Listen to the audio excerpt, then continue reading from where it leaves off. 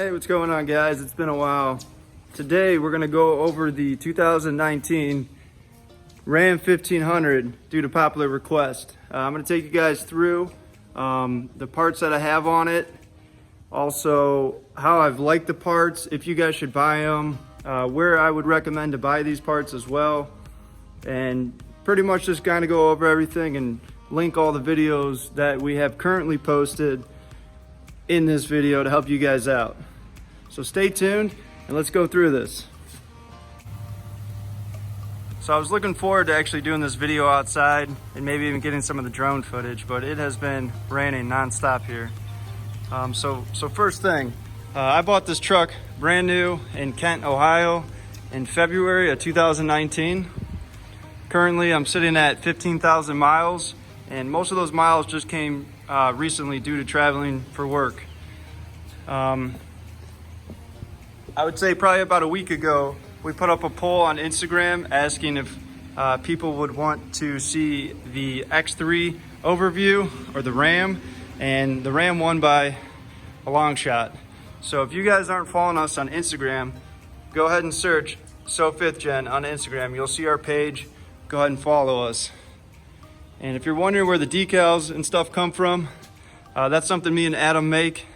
We make everything here in-house.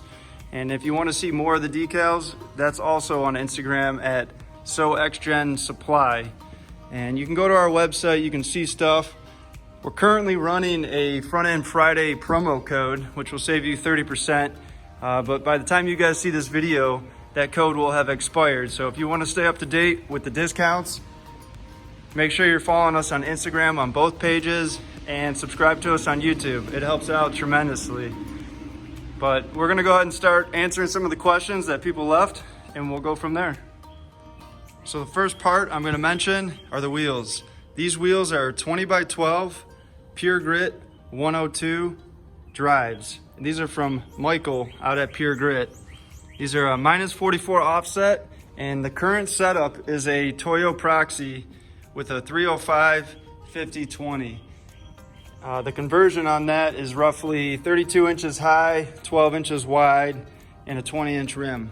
If you guys have been following for a while, you saw when I first put these wheels on this truck, end of last year, I was running the Falcon Wild Peaks. And I threw these on my stock rims only because these are awesome all-terrain and they're rated for the snow. So I run that setup in the wintertime with a 2-inch spacer. These are a 285 60/20, and that measures out to about 33.5 by 11.2. And without any rubbing up front, currently I'm just running a 2-inch MotoFab leveling kit. And if you saw our one lives post on Instagram, you saw where we took a heat gun and just pressed a few spots where it was rubbing. But you can turn all day with this setup and it won't rub. With these tires being a street tire, you get about what you would get stock mileage wise. When I ran the Falcons, I was seeing myself getting like high 15s, so way better setup for daily driving, stuff like that. And honestly, these tires handle great, and for the price, you can't beat them. All right, I'm not gonna pull my center caps off, but underneath, holding these PureGrit wheels on, are lugs from Venom Wheel.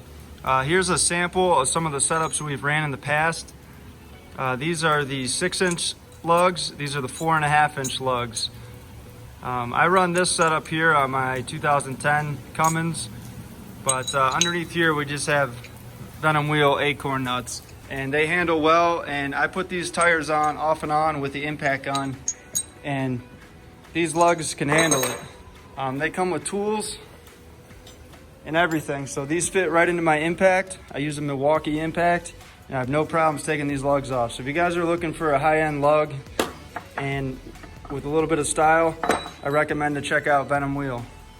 All right, so now we're gonna move on to one of the parts that I can't stand, and I hope to see nobody ever put one on their truck.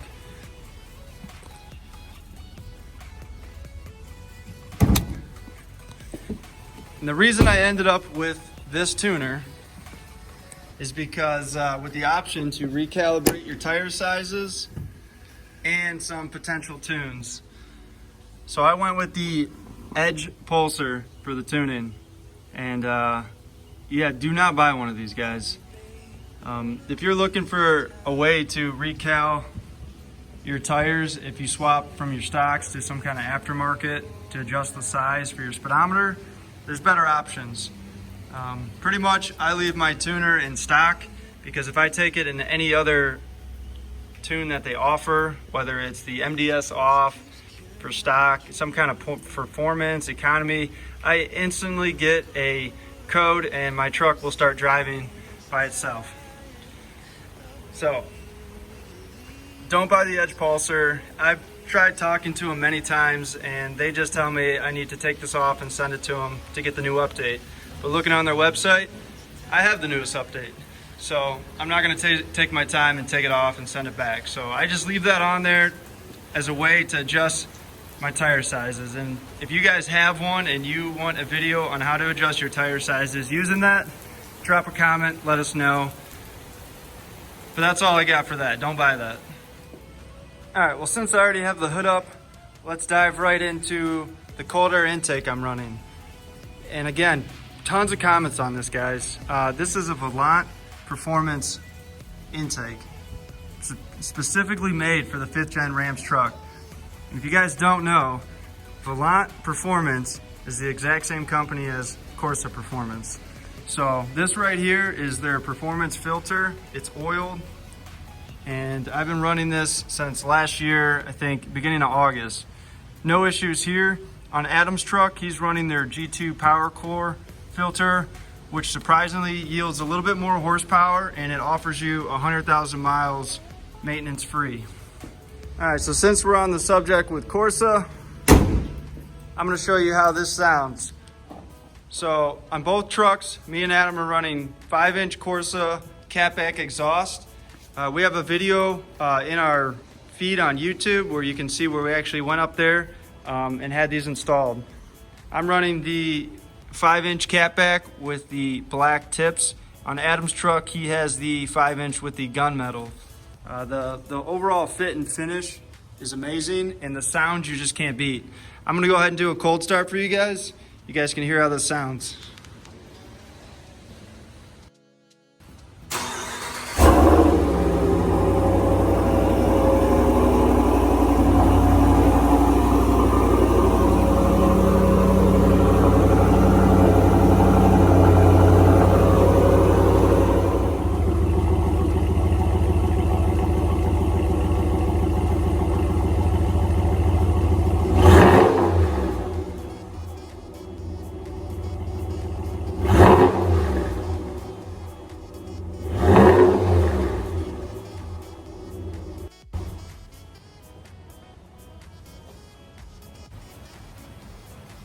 So now that we're in the back of the truck, let's go over the tail lights and third brake light. The same guy who did my window tint, his name's John. He's in Menor, Ohio. His company's called Auto Alterations. I did 35% tint all the way around and 50% on the shield. Also, the badges back here I'm running are from Jeremy, custom painted. You guys should definitely check him out on Instagram. His Instagram page is RetroShop LLC. He took care of my rear emblem and also up front with my hood badges. Whether you guys want to get yours painted or you're looking at doing them yourself, if you need a hand with it, if you look at our videos, you'll see how I actually installed these and how easy it is. So the next thing to go over is the lighting. Questions on headlights. These are the factory headlights. They're the Ram LEDs. They come LED on the headlights and the fog lights. So that is all stock. I used to run, real quick, I used to run a piece of tint right here just to hide that over top of this, but I since took it off. It started to peel and it wasn't the right tint to be using there anyway. So if you want to make that black, you can put some tint over it without having to separate your headlights.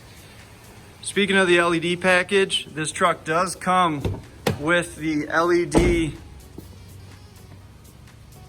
license plate lights, but you'll notice that your brake lights do not come LED. So one of the first things I did on this truck is I swapped these bulbs out to LEDs. And kudos to DoWorks Motorsports on YouTube. He put up an awesome video where he actually shows you how to change your interior lighting. So I changed all my interior lighting, my map lights, my dome lights, and my dash lights, everything to LED. It's kind of hard to see in the daylight, but at nighttime, I totally recommend it. All right, so one of the questions we received is how did I paint the bottom skirt and the front, and what do you need to do it, and how does it hold up? I actually did not paint this myself. I had a local paint shop paint this front end. So they took my factory bumper, which came as already a sport package, and I had them remove the fog light trim and paint the sensors, and they also pulled off my lower valance and painted this. Overall, it holds up pretty well. If I could go back in time, I definitely would have expel wrapped it to give me some kind of protection against chips. And recently I had somebody back into me, so if you look really closely, you'll see where the bumper mounts actually kind of protrude here, and you'll see where I'm missing some paint here.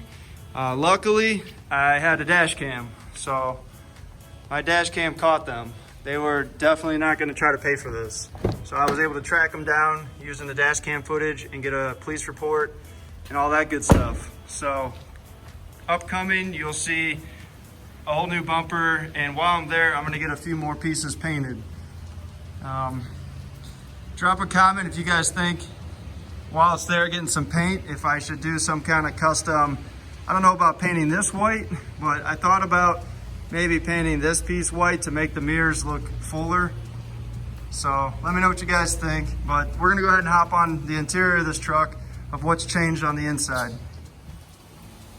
So the last part on the exterior, before I forget, is the Laramie fender flares. So this truck is a Bighorn, and to my knowledge, even if you custom ordered, I don't think you can get the Laramie fender flares on a Bighorn. So I purchased these on eBay. They're OEM replicas that actually use your factory hardware, and they give you the Laramie mud flaps, because with the Bighorns, the mud flaps come up a little bit higher and there's no way to put these on. So as a kit for about $300, all this was replaced, and that gives me a little bit of protection with running these wider wheels for rock chips. That way I throw them on these replaceable pieces versus my body. Again, there's a video where I installed these and I show you where to buy them and how to install them. Take two of hopping in the interior. So the biggest changes inside the interior of this Ram is the stereo system. With this being a Bighorn, it came with a generic stereo system, and I went ahead and installed infinity reference speakers throughout the whole truck. Up front, there's 3.5-inch speakers, and the driver and passenger and the rear doors both have infinity reference 6x9s. There's 2 videos on YouTube right now where I actually show the whole installation process for the stereo system. And one of the questions I get was with the active noise cancellation using the factory amp. I have not had any issues. The major issues I've ever had was with just the OEM head unit. So every once in a while I'll connect my phone to my head unit, and I don't know if I like start my truck and walk away, but my phone and my head unit will both show the music playing. And the only way I can get my head unit to actually play the music is to turn my truck off and restart it. I would say that happens maybe every 4 months, and it's not really a big issue. I think that's just part of the Ram with their huge improvements to the electronics on these trucks. As far as the maintenance goes, on all the vehicles, not even just the 5th gen, I run Schaefer's oil. These trucks specifically call for 5W20, so that's what I run on the 5th gens. And we also run Mishimoto magnetic drain bolts. The one inside this box is the factory one. I recommend, if you guys on your next oil change, to reach out to Mishimoto and tell them you need a magnetic drain bolt We did a video where on Adam's truck, when he changed his oil just recently, his truck had 5,000 miles on the oil, and we removed the drain bolt, wiped it off on a napkin, and we were actually able to lift the napkin with the shavings from the drain bolt with another magnetic pen that I have. So just to show you that those things do work, and you don't want all that extra shavings floating around through your engine, traveling through all the oil passages. One thing I forgot to mention back here is the bed cover. This is a X-Stang Trifecta 2.0, and it's very simple to flip up. The best part about this is if you somehow needed to take it off, it's very simple. With this being the Trifecta, there's no bed rails up here, so you won't see any clamps. It's just mounted in 2 spots up front, both sides, and that's pretty much it, and this thing lays out. So if you were running this as a daily driver, you could take this off and throw it inside your cab, and it's like you never had one on. It takes 2 minutes to install, and it's a perfect fit. And then back here, I bought this on eBay. This was about 75 bucks, and this is just a rubber bed mat.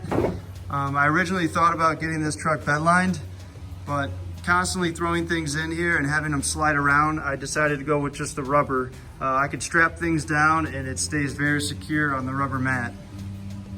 All right guys, well that's pretty much the entire overview of my 2019 Dodge Ram with 15,000 miles. I haven't had any issues besides 2 oil changes.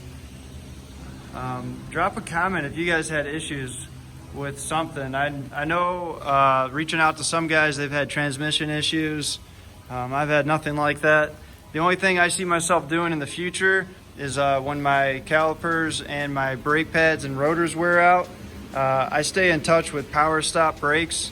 That's what I run on the 2010 Cummins here, the drilled and slotted rotors, and huge improvements. So I can't wait to get those on here. But as of now, about a week ago, I tried talking to them and they said they haven't made anything yet for these 5th gen. So if you know somebody that's selling upgraded pads and rotors, let us know. But take care guys. If you have any questions, drop comments on this video. Make sure you're subscribed. And if you want faster responses on something urgent, reach out to us on Instagram. Again, So5thGen on Instagram. It's ran by me and Adam, so we're usually on there all the time. I think a lot of guys who follow us now are probably wondering how we go to work and still manage to do this stuff. But that's it guys. Take care. I hope this helped anyone that currently either has a 5th gen or is looking to buy one. Awesome truck overall, hands down. You should go buy one, and while you're buying one, you should subscribe to us because it helps. Peace.